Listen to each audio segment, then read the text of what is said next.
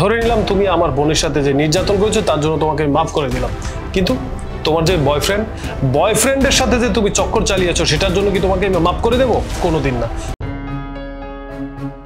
এই কামচোর, ভালো করে ঘর ঝাড়ুতে। ঘর ঝাড়ুটা দেওয়া হয়ে গেলে আমার বয়ফ্রেন্ডের পাটা টিপে দিস, তাই না বেবি? আমারটা টিপে শেষ হলে তুমি আমার জানুটা টিপে দিবে। পাটা একটু উঠালে ভালো হতো। কি বলছি, কথা কানে যায় না?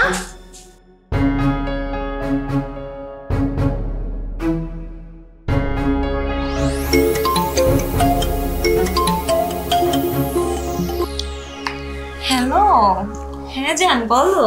কেমন আছো তুমি? আমি তো খুব ভালো আছি, তুমি কেমন আছো? হ্যাঁ আমিও ভালো আছি। আচ্ছা তুমি আমাকে একটা কথা বলো তো, তুমি আমার ছোট বোনের ঠিকঠাক মতো খেয়াল রাখছো তো? হ্যাঁ, এই পৃথিবীতে না আমি একটা ভাবি যে কিনা তার ননদকে এত বেশি খেয়াল রাখি সেটা তুমি ভাবতেও পারবে না। ওর কখন কোনটা লাগছে, ও খাচ্ছে কিনা, ঘুমাচ্ছে কিনা সব সময় খেয়াল রাখি। এখনো ঘুমাচ্ছে, বুঝছো? আচ্ছা সত্যি কি তুমি আমার বোনকে কোনো কষ্ট দিচ্ছ না? আরে তুমি যে কি বলো, তোমার বোন মানে আমারও বোন, বুঝো না? শোনো, তুমি না এইসব নিয়ে একদম চিন্তা করো না। তুমি যদি বাসার আমার তোমার বোন এদেরকে নিয়ে চিন্তা করো তাহলে কি তুমি কাজ করতে পারবে ঠিক মতো? বলো বাবু, তুমি ঠিক মতো তোমার কাজে মনোযোগ দাও আর আমি সব দিকে খেয়াল রাখবো। আচ্ছা ঠিক আছে, তুমি আমার ছোট বোনকে দাও তো, ওর সাথে একটু কথা বলি। না না, কি বলো, এখন তোমার বোন ঘুমাচ্ছে, বুঝছো? আর এখন যদি আমি ওর ঘুম থেকে ডেকে তুলি ওর মাথা যন্ত্রণা করবে।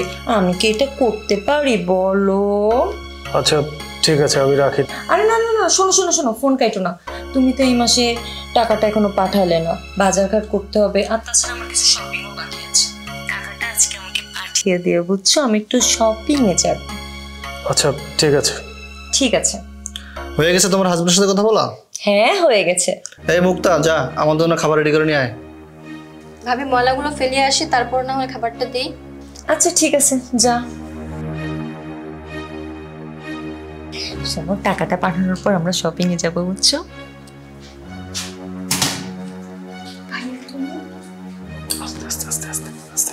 আচ্ছা এত ঘটনা ঘটে গেল, তোর ভাবি তোকে নির্যাতন করে, তুই সব আমাকে কেন জানালি না? ভাইয়া তুমি তো হুট করে চলে আসছো, আর আমার কাছে যে ফোন ছিল তোমাকে জানার মতো কোনো সুযোগ ছিল না। ভাবি আমার ফোনটা রেখে দিয়েছি, আর আমার উপর অনেক জোর জুলুম করে, অনেক কাজ করে। আচ্ছা ঠিক আছে, বুঝতে পেরেছি। চুপ, চল আজকে ওকে হাতে নাতে ধরবো, উচিত শিক্ষা দেবো। আয়।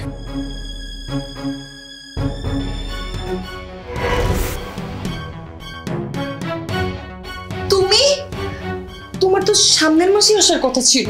হ্যাঁ আমার পরের মাসে আসার কথা ছিল, কিন্তু আমি এসে নিজে সারপ্রাইজড হয়ে গেলাম।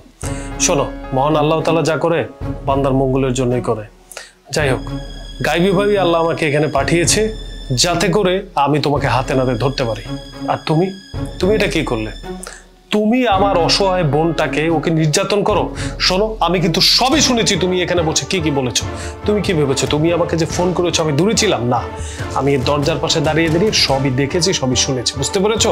কিভাবে পারলা তুমি আমার বোনকে এভাবে নির্যাতন করতে, আর এরকম বয়ফ্রেন্ড নিয়ে ঘরের মধ্যে থাকতে? তুমি বলো, তুমি তো আমাকে চেনো, বলো আমি তো তোমার বউ, আমি কি এরকম একটা কাজ করতে পারি? আর এ তো হচ্ছে আমার কলেজ ফ্রেন্ড, ও আজকে আসছে না? তুই আজকে আসছিস না? হ্যাঁ। না ভাইয়া, ভাবি মিথ্যা কথা বলতেছে। সে পরকীয়া করে আর আমার উপর অনেক জোর জুলুম করে, অনেক কাজ করে আমাকে দিয়ে। আরে বাবা, তোমার বোন বলেছে এইসব কথাগুলো না? ও তো বানিয়ে বানিয়ে বলেছে, আমি তো জানি। ও আমি যখন এত ভালোবাসি না, ও এটা সহ্য করতে পারে না, বুঝছে? এই জন্য। চুপ করো, তোমার আর আমার সামনে বসে নাটক করতে হবে না। তুমি যা যা করেছো না সবকিছু আমি বুঝতে পেরেছি, নিজের চোখে দেখেছি। আর তুমি আমার বোনকে কি নিজের বোন ভাবতে পারতা না? ও একটা অসহায় মেয়ে, ওর সাথে এরকম ব্যবহার তুমি কেন করলা? নিজের বোন হিসেবেও তো মানুষকে ভালোবাসতে পারে, সেটা না করে তুমি ওকে অত্যাচার করেছো, অন্যায় করেছো। দেখো মেঘ, তুমি আমাকে ক্ষমা করে দাও, আমার অনেক বড় ভুল হয়ে গেছে, আমি এরকম কাজ আর কখনো করবো না। কি আমি তোমাকে মাফ করে দেবো? আচ্ছা ধরে নিলাম তুমি আমার বোনের সাথে যে নির্যাতন করেছো তার জন্য তোমাকে মাফ করে দিলাম, কিন্তু তোমার যে বয়ফ্রেন্ডের সাথে যে তুমি চক্কর চালিয়েছো সেটার জন্য কি তোমাকে আমি মাফ করে দেবো? কোনোদিন না, তোমাকে আমি কখনো মাফ করবো না। আমি কত কষ্ট করি তুমি জানো? কত কষ্ট করে বাইরে কাজ করি, রোদে বৃষ্টিতে ভিজে। সব টাকা তোমার কাছে আমি জমা রাখছি আমাদের একটা সুন্দর ভবিষ্যতের জন্য। আর তুমি কিনা সেই টাকা পয়সা নিয়ে মজমাস্তি করছো, আমার বোনকে নির্যাতন করছো। তোমার কি একটু লজ্জা লাগে না? একটা ভালো করে ফ্যামিলি চলতে কত কষ্ট করতে হয় জানো? সেগুলো না করে আনন্দ ফুর্তি করছো। আমি আসলে বিশ্বাস করতে পারছি না, তোমাকে বিশ্বাস করে আমি আমার জীবনের সবচেয়ে বড় ভুল করেছি। প্লিজ দেখো, একটাবার ভেবে দেখো, আমি আমি সত্যি একদম ভালো হয়ে যাব, আর তোমার বোনকে আমার নিজের বোনের মতো করে ভালোবাসবো। আমার একটা সুযোগ দাও। এত অন্যায় করেও তুমি আমার কাছে ক্ষমা চাইছো? আর তুমি কি ভাবছো তুমি আমার কাছে ক্ষমা চাইলেই তোমাকে আমি ক্ষমা করে দিব? কোনোদিন তোমাকে আমি ক্ষমা করবো না। শোনো, তোমাকে আমি ডিভোর্স লেটার পাঠিয়ে দেবো। আপাতত তুমি আমার চোখের সামনে থেকে যাও, বের হয়ে যাও আমার বাড়ি থেকে। ঠিক আছে, তুমি আমাকে ক্ষমা করবে না তো? ক্ষমা করা লাগবে না। আমার বয়ফ্রেন্ড আছে সোহান, ওকে আমি বিয়ে করব। আমরা এখনই কাজী অফিসে গিয়ে দুজন বিয়ে করব, আর বিয়ে করে তোমাকে দেখাবো। ছি, আমি বিয়ে করবো তোমাকে? তুমি অন্য একটা লোককে ঠকাইছো, এবং আমাকে যে ঠকাবে না তার কোনো গ্যারান্টি আছে? গ্যারান্টি নাই। আমি তোমাকে বিয়ে করতে পারবো না। আর তাছাড়া তুমি একটা ডিভোর্সি মেয়ে, তুমি বিবাহিত মেয়ে, আমি তোমাকে কখনো বিয়ে করবো না। আমি বিয়ে করলে অবিবাহিত মেয়েকে বিয়ে করবো। কি বলো সোহান তুমি এগুলো? তুমি না আমাকে ভালোবাসো? আর তাছাড়া আমার স্বামীর এত কষ্টের টাকা সব আমি তোমার পিছনে দিয়েছি। শপিং, এটা ওটা, কখন কি লাগবে সবসময় আমি তোমাকে দিয়েছি। এমনকি তোমার পছন্দের বাইকটাও আমি কিনে দিয়েছি। আর এখন কিনা তুমি বলতেছো আমি ডিভোর্সি মেয়ে? ঠিক দেখেছো, তুমি যাকে ঠকিয়ে যার সাথে প্রেম করেছো সে তোমাকে গ্রহণ করতে চাচ্ছে না। কেন করতে চাচ্ছে না জানো? বেইমানি।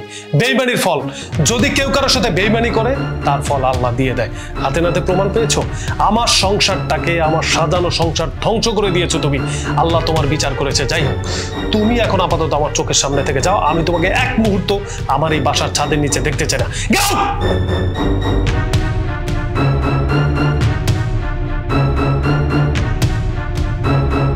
তোমাকে আমার আগে বলা উচিত ছিল যে ভাবি পরকীয়া করে। আর আমি কিভাবে বলবো বলো? তাছাড়া আমার কাছে তো কোনো ফোনও নাই, আর ভাবির ফোন তো আমি হাতেই নিতে পারি না। আচ্ছা, আমার কাছে তো ক্ষমা চাইতে হবে না, যা হয়েছে হয়েছে। চল, এখন ক্ষুধা লাগছে, খাবার দে। এটা দুশ্চরিত্র মহিলা।